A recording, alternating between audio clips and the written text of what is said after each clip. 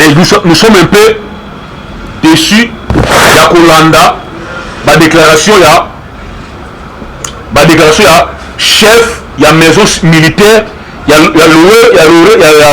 Lorenzo, qui est le ministre d'État et chef de la maison militaire, qui nous dit que faut poser un préalable pour que les troupes angolaises effectuer déplacement pour le Nord Kivu. Qu'est-ce qu'il dit? Bazako senga cessation il y a hostilité à la partie est à Mbogonabiso. Pendant que le Congo est adressé par le Rwanda via les M23. Pendant que les M23 à chaque fois a violé les cessez-le-feu. Comme on a violé, on a Mouchaki, on a attaqué ma position. Il y a FARDC le samedi. Heureusement, ma force, il y a autodéfense. Nabiso, bazo combattre aux côtés, il y a FARDC, mettre qui en déroute. Mais maintenant, c'est le ministre d'État. Azo Senga, la situation, il y a hostilité. Et puis, alors dit que l'armée angolaise est rien à Congo pour la combattre contre M23. Maintenant, ça commence maintenant à déranger. Comment est-ce que le chef de l'État a fait un déplacement dans Angola pour que Senga appuie l'armée angolaise pour combattre aux côtés à FARDC pour bouter hors d'état de nuit les M23, mais tout le monde le langage, il y a ministre d'État, chef, il y a maison civile, il y a Angola, il y a Lorenzo a changé langage, déclaration a changé. Est-ce que c'est la diplomatie? Est-ce qu'il y a eu langage politique? Or, les forces régionales, créer qui yango pour la mission moko, il y a que bouter hors d'état de nuire, il y a territoire congolais, les forces négatives, les groupes armés, y compris les M23. Mais comment est-ce que revirement de Salami, la présidente, il y a Tanzanie, et puis la chef d'État, ministre d'État, et chef, il y a maison militaire, il y a Angola, le non, troupe na bango, et na Congo pour la rebombater, mais il y a pour la renini, qu'on négocie. Moi, je vous avais dit autrefois que le Congo est victime d'un complot international. Il y a Joao Lorenzo, via son ministre d'État et chef de la maison civile, qui nous dit que les troupes angolaises sont pour la rebombater. De l'autre côté, la présidence de la Tanzanie, la force tanzanienne est pour le maintien de paix. C'est-à-dire la même mission que la MONUSCO. Vous comprendrez qu'il y a quelque chose qui se cache dans la déclaration. Voilà pourquoi on parle chaque fois que notre chef doit comprendre que nous, si on a confiance dans les Occidentaux, à échouer. Si on a confiance dans les chefs d'État africains, à échouer. Parce que les complot Congo est victime de Yango. Voilà pourquoi j'en appelle à notre chef de l'État. Il n'y a que les Congolais et l'armée congolaise ne vont sauver Mboka Nabiso. Compter là-bas, soutien extérieur, ils allaient encore empirer la situation. Parce que la force des troupes dans Mboka Nabiso, Bilipon, tu as EAC, tu as la force régionale, tu as la force à SADC, cela créera encore l'imbogrier dans le sol Nabiso pour la balkanisation Mboka Nabiso et se précipiter. Bonjour ou bonsoir, ça dépend l'heure à laquelle vous nous suivez à travers notre magazine Yokabaz. Eza Wabino Molobeli Nabino, le sénateur Marcel, je reviens encore pour nous partager un peu d'informations. Ils ont la Mboka Nabiso, ils ont préoccupé Biso au plus haut point. Au sommaire de notre émission, nous aurons 3 points à développer à travers notre émission. Le premier point, pour revenir encore la trahison à la France qui continue toujours, qui est déterminée, il y a pour détruire la RDC. Le deuxième point, par rapport à l'accord qui signé en 2009 par le clan Kabila pour la conséquence, il y a un civil dans la partie est de Nabiso. Et puis le troisième point, la déclaration, il y a présidente, il y a Tanzanie, chef, il y a maison militaire, il y a Mwanamboka, Joao Lorenzo. et puis tout ça au puis déclaration à mouvement citoyen ba ONG au basali par rapport à dossier à Mwanga Chouchou. Sans plus tarder, balangna sur internaute par rapport à la complicité ou la France. La France est déterminée à détruire RDC. Il est vraiment déterminé à effacer RDC. La France a aussi doté les sous-sous, le Rwanda, 5 hélicoptères de guerre pour en découdre na FARDC parce qu'ils tiennent toujours à leur complot. Au Basalaki, autrefois au cours d'une émission, au balkaniser Congo, les plans de balkanisation est déjà en marche. La France a déterminé à se cacher les sous-soutés, a déterminé maintenant à soutenir ouvertement le Rwanda, les M23 via le Rwanda, il y a doté maintenant des missiles pour écraser nos sous-cols et à doter encore avions de chasse, hélicoptères de guerre pour bundisa l'armée congolaise. Mais chers internautes, vous comprenez que les complots état international, tout revenu toujours la France. Moi je pense que ça revient maintenant aux Congolais et au gouvernement congolais. Il y a que saboter aux alliés les intérêts français na Katambo Kanabiso. Les gouvernements congolais devaient premièrement boycotter sommet à France-Afrique au Salamaka au cours de chaque année. Congo et boycotter Yango et Zoarassou part na sommet à France-Afrique et puis Congo et Bimanakati à francophonie. Et vous avez malamu pour la France que nous ne sommes pas d'accord avec leur manière de faire les choses. Il y a que soutenir les groupes armés au Bazako endeuiller la population congolaise dans la partie est de Bango. Comment est-ce que le Rwanda c'est un pays anglophone, mais aujourd'hui la francophonie, vous payez en Rwanda, aux alliés dirigés par Madame Mishikiwabo au hasard rwandaise, pendant que le Rwanda est un pays francophone et anglophone. C'est inexplicable. Pendant que le Congo est le premier pays francophone na kati Afrique ou na kanta monde awa le baga français, mais aujourd'hui gestion il y a francophone au pays en Rwanda.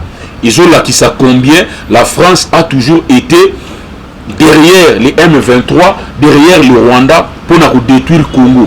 Moi je pense que le gouvernement congolais comme on a dit autrefois est un peu causois les décisions courageuses pour saboter les intérêts français na Katambo Kanabisu aux populations congolaises pour na kosenga la population congolaise to boycotter ba produits ya ba entreprise française na Katambo Kanabisu comme quoi to boya kosomba dès maintenant carburant mazout to boya kosomba essence na ba station ba français entre autres Elf na Total. C'est pour nous la manière ya ko boycotter ya ko manifester mécontentement na biso contre la France. Comment elle soutient les Kagame et les M23 au Bazako endeuillé population congolaise na partie est de Yango. Désormais population congolaise bobo ya kosomba carburant na ba station à France aux alliés Total aux alliés Elf. C'est la manière pour nous à manifester mécontentement na biso. Imaginez-vous un peu, le président avait lancé l'appel d'offres pour l'entreprise pétrolière pour exploiter les blocs pétroliers dans le Canabiso et les blocs gaziers. Le président avait sollicité le concours de la France, l'entreprise na Elf, na Total. C'est des entreprises françaises baboya pour exploiter le pétrole à Congo. Pendant qu'ils exploitent le pétrole dans le lac Albert, où est la frontière entre le Congo et l'Ouganda, exploiter le pétrole, le gaz dans le Rwanda. Comme leur intérêt est derrière le Rwanda. Parce que baboy koya ko exploiter ba pétrole na biso la France au le président américain ko lancer ba appel d'offres et ça pour la qui ça combien la France est complice derrière le Rwanda derrière Ouganda au basa déterminé il y a ko matérialiser plan na bango il y a ko balkaniser Congo parce que pétrole basali ko exploiter au basa ko teka au le biso ba congolais parce que les congolais ceux qui bo somba carburant notamment essence na mazout na ba station à Total na Elf et zali qui besoin de contribuer na ba mort ya ba congolais au ba kufa na est parce que ces entreprises françaises entre autres Total et Elf ba financaka le Rwanda guerre ya est via ba financera pardon guerre ya est aux alliés pilotés par le Rwanda et les M23. Alors ce qui biso to so ba produit na bango entre autres l'essence mazout naba ba huile na bango c'est que biso ba congolais to ba naïf toujours contribuer encore de plus na ba mort au ba kufa na partie est mboka na biso parce que ces entreprises ne ba financer la guerre ya est wana pour endeuiller la population congolaise.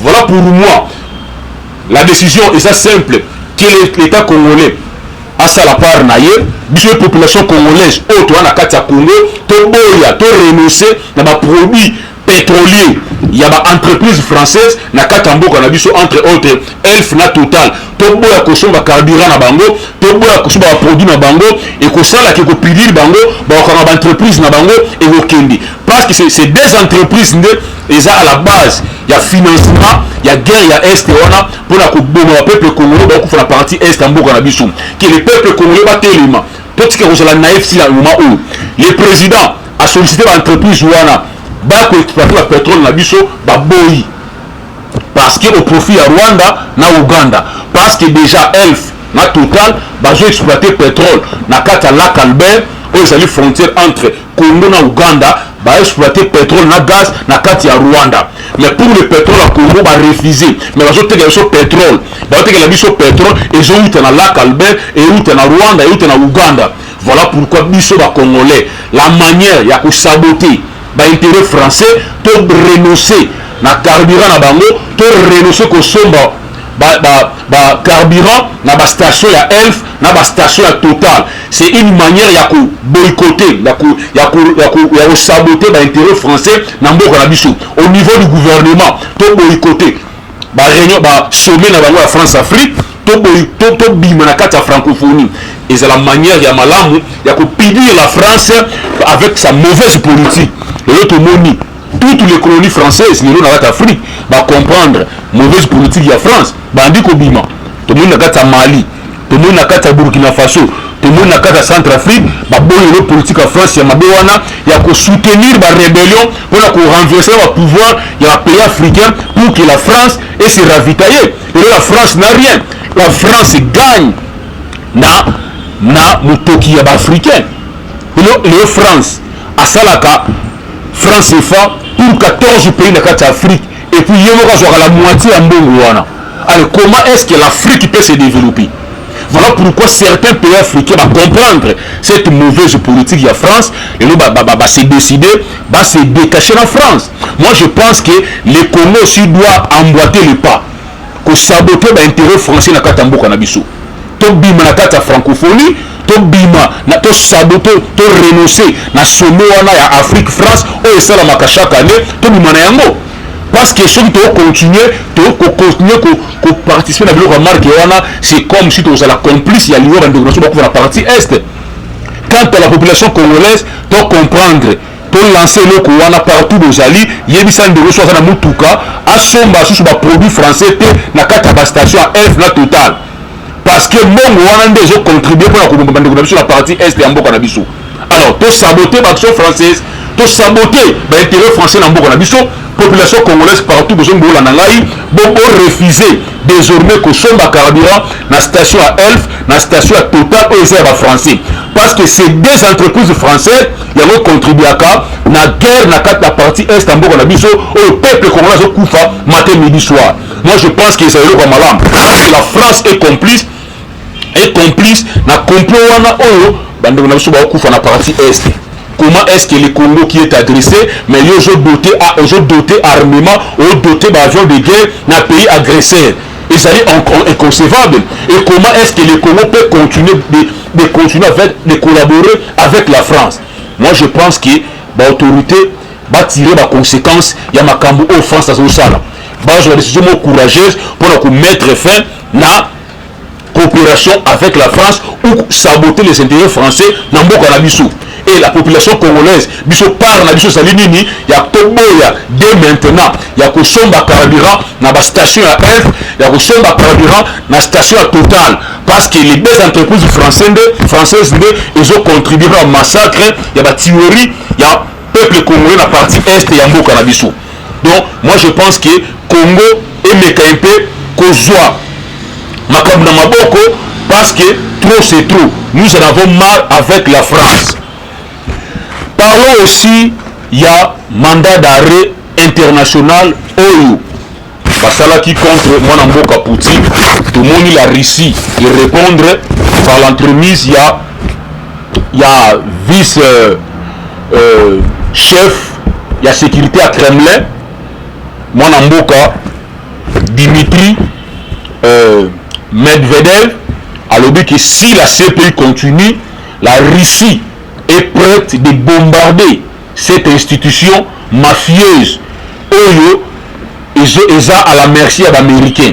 Et ceux qui vont continuer, la Russie est prête maintenant de bombarder cette institution aux alliés à CPI. Et puis à mettre Bango en garde. À Yébissi Bango va poursuivre le procureur général, il y a CPI, il y a 3 juges. Au baza impliqué dans la Cameroun, dans la carte de l'Ukraine. Va porter un peu plainte, va poursuivre la Russie. Et puis Laurent Gbagbo, avec Obakissa, l'ancien président Bouyebie, ancien président de Côte d'Ivoire, on a été victime. Il y a barbarie aux militaires français, parce que dans la carte Yambo Kanaye, un président en fonction, un président qui a été élu par son peuple, comme un voleur, comme un simple monsieur, qui s'est soldatique, même dans ses anglais. Alors, mais moi je pense que Makasi, Poutine, na kata Russie, comme Gbagbo na kata Mboka Nangai. Voilà un peu ça. Les Africains vont comprendre que cette cour internationale, la fameuse cour pénale internationale, ils ont une histoire où créer pour toujours que sans soit président, le dirigeant africain. Parce que les tant que vous qui mandat d'arriver, Laurent Gbagbo, na kata Mboka Nangai, président en fonction, bon humilié devant ses enfants, devant sa femme, jusqu'à ce que l'Ongola Bilamba, ils allaient qui sont mingi par les militaires français. Mais bah je courage voilà bah celui qu'on a Gbagbo bah kende ko kanganango Mwanamboka Vladimir Poutine na kata Russie que les Américains aillent l'arrêter na kata Russie et c'est une bonne chose.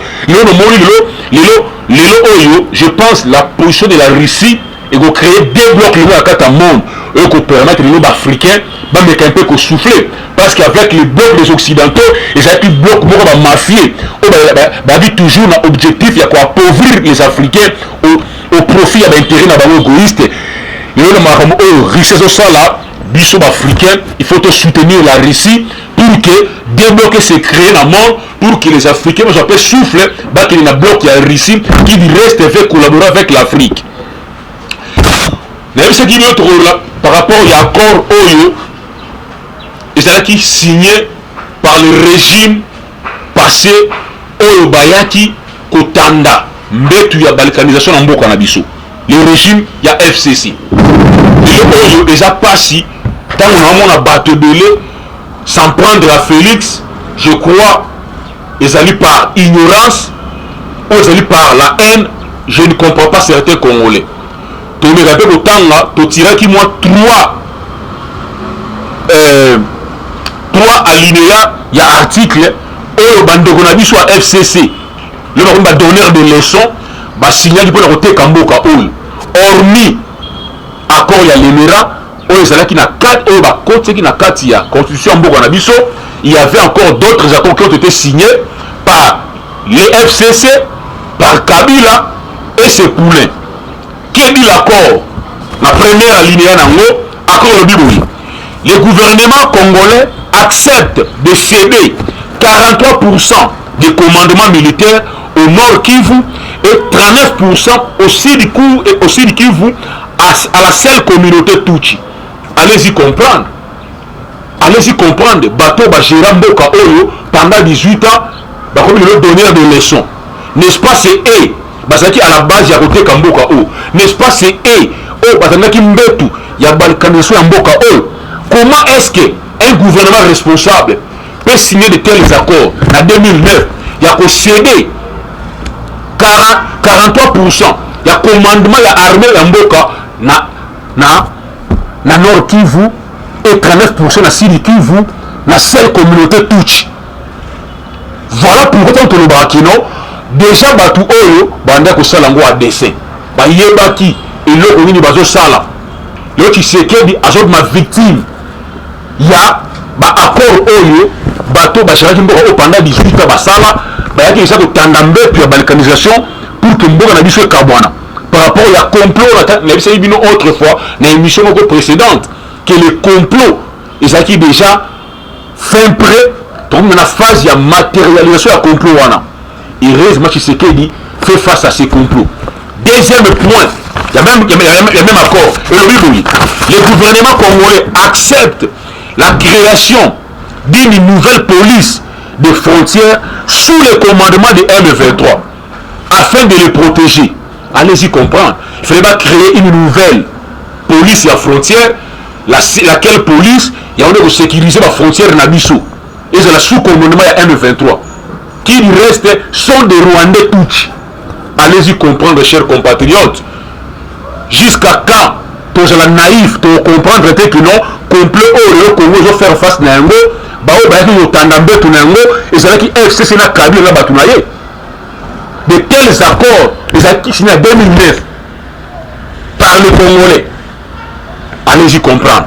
Et le troisième point, le gouvernement congolais accepte de décréter la partie est du pays, Nord Kivu, Sud Kivu, Ituri, Ouele, Maniema et j'en passe, comme étant une zone sinistrée et bénéficiera d'un statut d'administration particulière, d'une autonomie financière et d'un concept de sécurité particulière sous la gestion M23. N'est-ce pas Yangwana balkanisation? N'est-ce pas Yangwana balkanisation? Bandeko. Mais tu comprendre, papa. Tu comprendre, mes frères et sœurs, que ces complots, c'est bien préparé. Et c'est le FCC, Kabila et ses acolytes, qui maintenant pour matérialiser plein de Tshisekedi en souffre. Mais quand je vois certains Congolais, la Félix, par complicité ou par naïveté ou par ignorance, de tels accords, ils ont été signés en 2009 par le gouvernement congolais, ils ont été conduits par Kabila, qui était le chef de l'État, signé par Raymond Tshibanda, ministre de la coopération régionale. Voilà de tels complots. Et le Congo souffrir Nayango, autrefois, les complots étaient internationaux. Rwanda qui pilote ces complots, il y a balkanisation, et Kabila qui était la pièce maîtresse au Congo pour matérialiser cela. Voilà de tels complots où le Tshisekedi en souffre. Il paye le prix. Il continue à subir des pressions internationales pour Andima, pour mettre en application cet accord. Voilà maintenant les lobbies congolais. Nous devons soutenir ces messieurs, les chefs de l'État, dans des forts à ce là pour soutenir lui, parce qu'ils refusent de mettre en application ce plan. Voilà pourquoi Lelo, qui est victime de la menace internationale. Banamboka, complot Oyo date de très longtemps, c'est 30 ans passés. Bajoua nango malembe. Na yebi saki bino le même complot Oyo. Bakotisa yango na kati ya constitution mboka na biso. So aujourd'hui constitution mboka na biso na article 4 na yango, na article 51, na article 217. C'est toujours le même complot. De balkaniser notre pays. Bazui ce complot bakotia na kati ya constitution mboka na biso qui est la loi mère ya mboka na biso. Congolais tout la muka. Jusqu'à quand on tika la distraction? Jusqu'à quand? Nous devons mettre de côté nos divergences. Les hommes politiques, ben, ils complot Oyo. Mais tellement ils font les jeux de l'ennemi. Voilà pourquoi ils vont combattre Félix. Voilà pourquoi ils vont combattre Félix. Parce qu'ils ont compris que Félix n'en veut pas à l'unité que mettre en application plan Oyo. Mais les politiciens congolais, soi-disant, ils vont combattre lié parce qu'ils ont mettre en application plan Oyo. Il y a balkanisé le Congo. Voilà pourquoi Bissot Congolais, chers internautes, Totelima, moi ma mission ezali ya ko éveiller la conscience du peuple congolais, ya ko informer bino à temps réel par rapport à complot oyo notre pays ezali nango victime pendant plus de 30 ans. Maintenant les Français et les Occidentaux se décider de passer maintenant à vitesse supérieure. Il y a eu France à zone où les avant qu'on armer les M23 via le Rwanda ouvertement et officiellement. Avant qu'on doter maintenant les armes, qu'on pèse la munitions, qu'on pèse les avions de guerre pour mettre en application ce plan. Il y a balkanisation en Bokanabiso. C'est à nous les Congolais, totalement, comme un seul homme, pour se ranger derrière notre chef de l'État, pour faire barrière à un complot international, mes frères et sœurs. Parce que ce complot n'est pas contre la personne de Tshisekedi, ce complot c'est contre la République.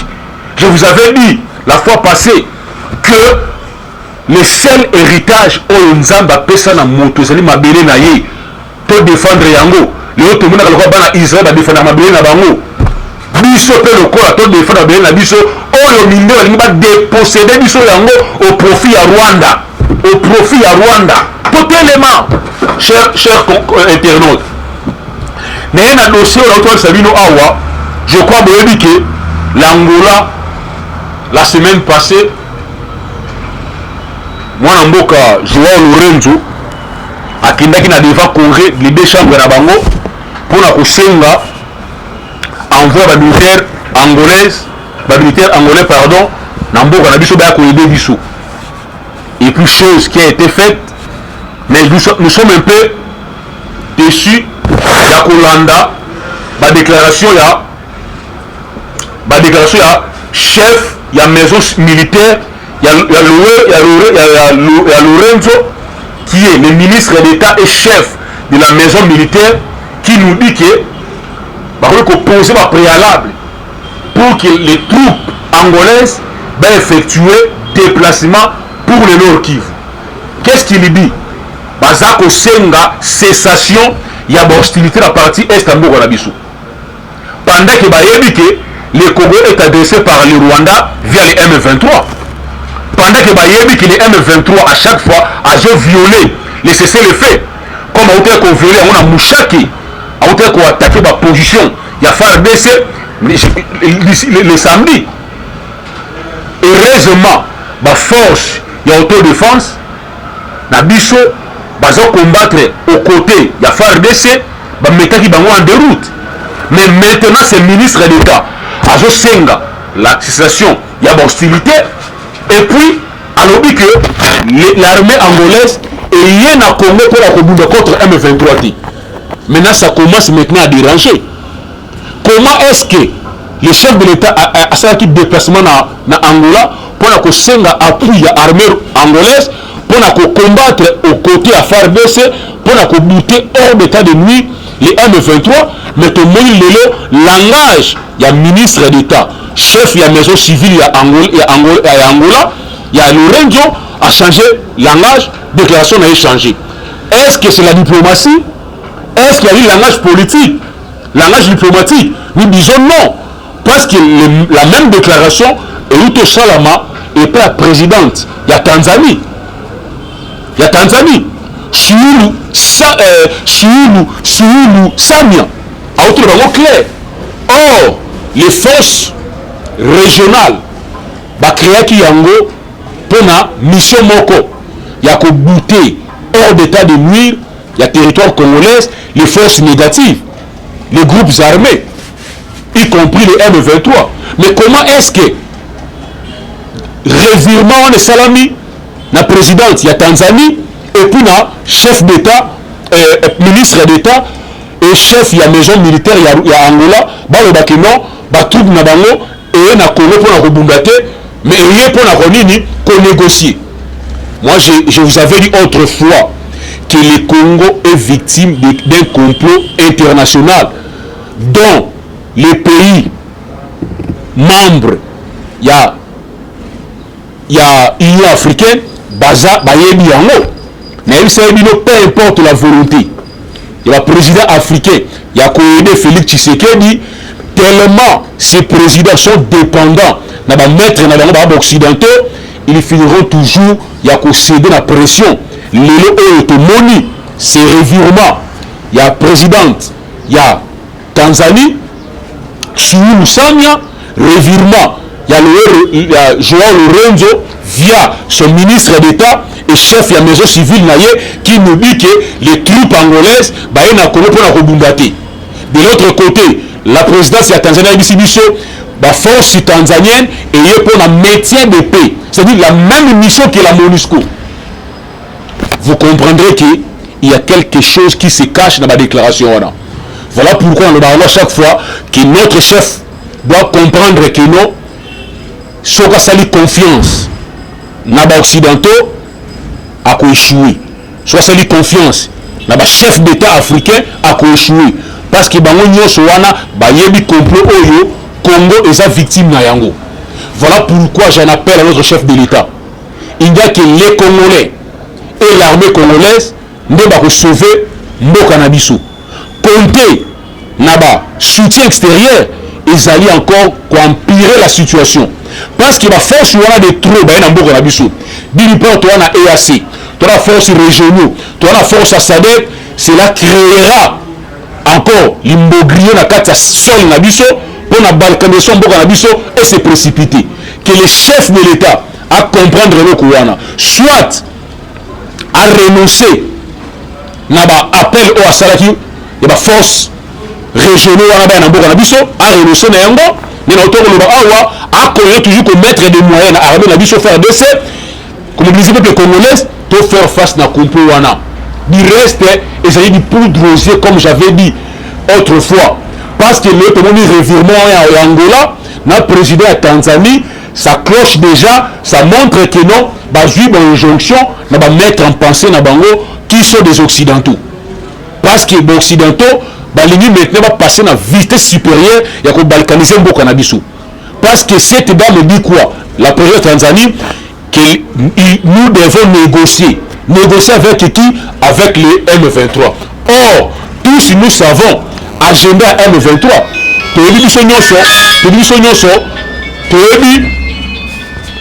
Cahier des charges à M23, ils allaient accord au Naouti c'est ça leur cahier des charges.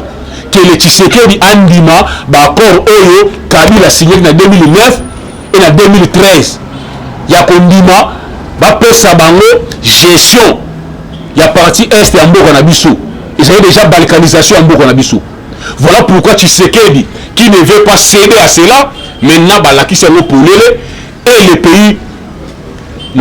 Pays limitrophes entre autres l'Angola et la Tanzanie, balaki doit position na bango qui renoncer maintenant. Or to yebaki Angola avait accepté ya ko aider Félix Tshisekedi ya ko tinda ba troupe naye pour combattre les terroristes M23. Mais lelo d'où vient ce revirement? Il y a ministre d'État Angola, chef de la maison civile Lorenzo qui nous dit que à poser un préalable avant la troupe rwandaise et angolaise et se déplacer, il faudra mettre fin d'abord à l'hostilité. Pendant que les M23 sur le terrain, tout le monde déjà ravitaillé. Il y a M23 au niveau de Bunagana, les militaires, il y a RDF, se renforcer. Au niveau de Bunagana, les militaires, il y a Ouganda. Qu'est-ce qu'ils préparent dans la Bunagana? N'est-ce pas un assaut avec les ravitaillements à la France? Mais si on va préparer un assaut pour la reprise en 2015, 2014, 2015, nous avons été sollicités. Pour y avoir financé la puissance, la force, les pays étrangers. Voilà pourquoi les ennemis à Congo et les Congolais. Et nous avons libéré Edouard Mwangachuchu qui est impliqué dans la tuerie, dans le pillage, il y a des côtés en Mboka na biso, mais les ONG, et les mouvements citoyens pour demander sa libération. Que le gouvernement congolais, Kanga, ces activistes soi-disant, des mouvements citoyens, parce qu'ils sont complices. Parce qu'ils ont été soutenus par des mafieux au bandit qui exploitaient le minerai congolais. Parce qu'à l'époque, lorsque Kabila ayeba ko changer code minier ba utiliser bango moyennant des milliers de dollars ba musu ba kenda ba conférence na ba États-Unis to yebi to ko citer ba komona bango. C'est mouvement citoyen to yebi na financer rabino parce que nous avons aussi été contactés dans l'état Toboya qui yango pas que nous sommes des patriotes. Comme nous avons travaillé en connivence avec bateau nous allons vous tenir à l'œil. Donc citer nommément à l'émission prochaine pour la retraite de Congolais au Balanda Kabila qui va complice Yamboka ou. Lorsque Kabila a touché code minier, Benga Bino, Barré Bano Salama à la première rue, Toyebi, Naba Hôtel, besoin de pour combattre Kabila à l'époque parce que a touché qui va code minier et touché qui va intérêt à mettre Nabino.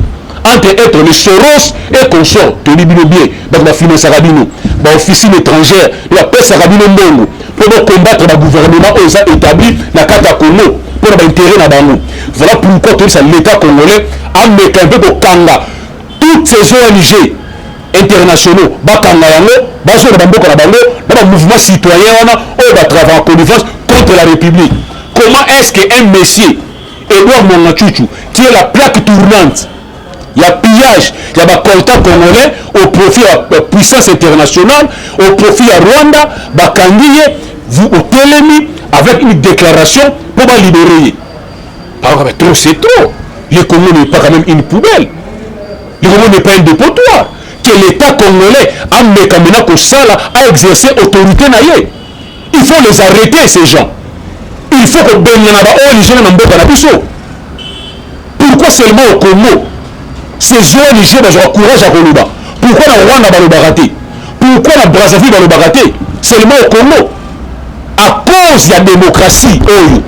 Voilà pourquoi les gens se permettent de tout dire, de faire de n'importe quelle déclaration. Que l'État congolais a même exercé autorité naïe. Quand on a ONG, quand on a le mouvement citoyen, parce que trop c'est trop. Toujours Bakangi ba ADF na Nord Kivu. C'est une déclaration de libérer ADF. Voilà des complices du mouvement citoyen. Nous vous tenons à l'œil. Trop c'est trop. C'est vous qui travaillez en connivence avec les ennemis en Mboka pour balkaniser le Congo. Parce que vos intérêts, vous aurez un monde dans Bango. Il y a des Soros et consorts. Trop c'est trop. Que l'État tue quand même. Jusqu'à quand pour retourner la bêtise. Pourquoi ailleurs ça ne se fait pas? Soit disant la ONG à droit de l'homme. Lorsque ces gens tuent au Congo, bon le barater. Trop c'est trop que le gouvernement congolais a tellement à se prendre en charge pour mettre dans le mouvement citoyen dans l'ONG à droit de l'homme. Parce que trop c'est trop. Les autres les Kourouna baso katabatu.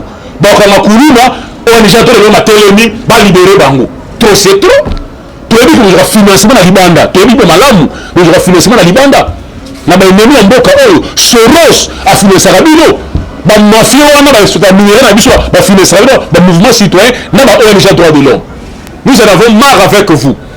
Voilà pourquoi tu es la chef de l'État na biso na otolo ba awa azwa ba décision courageuse ya ko saboter ba intérêt ba français na mboka na biso. Et au peuple congolais to boycotter ba intérêt ba français. Toboya kosomba mazout, essence, huile moteur na ba station ba français Total na Elf parce que Batouana mbongo wana nde ba entreprise wana financaka ba rébellion et financaka ba groupe armé ya terroriste na mboka na biso to saboter ba intérêt na bango peuple ko partout bo na ngai o azala na mutuka désormais ba station zebre na Tongo ezali Total ezali Elf bosomba sous carburant na ba station wana te ezali ba français parce que les français ba soutenir ba M23 au bazo de la population congolaise na mboka na biso et au gouvernement congolais to mnakati ya francophonie quel est l'intérêt à Congo na kati ya francophonie intérêt zani to mnakati ya francophonie parce que le Rwanda qui est un pays francophone mais bozui gestion de la francophonie au pays dans Rwanda. Et je dis que c'est moqué le peuple congolais. Pendant que le Congo est le premier pays francophone dans le monde. alors que le gouvernement congolais na autour le bango à l'émission passée a joué courageuse de saboter les intérêts ya France na kati ya Congo parce que la France te moni comme un pays africain et mettre à genoux. La France n'a rien. La France se sert toujours dans les pays africains pour s'enrichir. Voilà pourquoi dans Mboka, Mouké toi qui n'a pas partagé la bino yangoana, n'a pas sabino que je suis un peu souffrant. En tout cas, tu dois tenir toujours qu'on informe bino, ba o balanda kabiso balinga biso, ba wi poko yede biso, na moi Mouké na bango et permettre biso pe to continuer ba soin to sala ba soin na biso ba soin to continuer ba soin o to Holanda parce que to yaka pena bakasi pour to linimbo kana biso yango to zoya pour na ko informer bino à temps réel par rapport à l'information mboka na biso mais santé zo permettre té ba o balanda ka biso ba sepler na analyse na biso na information nous sommes là mon numéro WhatsApp ezali wana boki ko benga ko aider biso pe lisusu et permettre biso to continuer ba soin o to Holanda. Il reste to kutani à la prochaine. Mon numéro c'est le plus 243 81 52 99 123 plus 243 81 52 99 123 Ezali Wabino Monobili Nabino le sénateur Marcel Tokutani à la prochaine. Bye bye.